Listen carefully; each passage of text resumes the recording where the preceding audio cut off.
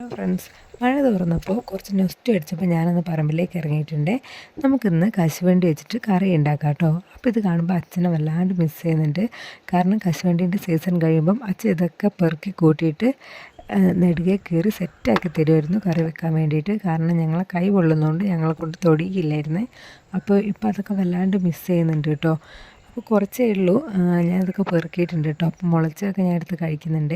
ഇനി അടുത്ത ടാസ്ക് എന്ന് പറഞ്ഞിട്ടുണ്ടെങ്കിൽ ഇത് നന്നാക്കലാണ്. അപ്പോൾ കയ്യിൽ ഞാൻ പ്ലാസ്റ്റിക്കിൻ്റെ കവറൊക്കെ കെട്ടിയിട്ടുണ്ട്. പിന്നെ കുറച്ച് കഴിഞ്ഞപ്പോൾ ആ കവറൊക്കെ ഞാൻ അഴിച്ച് കളഞ്ഞു. അതിൻ്റെ റിസൾട്ട് കയ്യിൽ കാണാനുണ്ട്, നല്ല രീതിയിൽ കൈ പൊള്ളിയിട്ടുണ്ട്.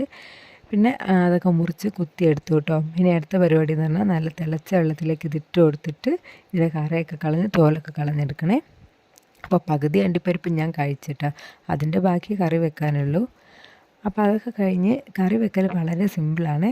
അതായത് നമ്മൾ ചിക്കനൊക്കെ ഉണ്ടാക്കുമ്പോൾ ഉള്ളി തക്കാളിയൊക്കെ വാട്ടി അതിലേക്ക് മസാലപ്പൊടികളൊക്കെ ഇട്ട് ഇതും കൂടെ ഇട്ടിട്ട് കുറച്ച് വെള്ളവും കൂടെ ഒഴിച്ച് മൂടി വെച്ച് വേവിച്ചാൽ കറി സെറ്റായിട്ടുണ്ട് കേട്ടോ.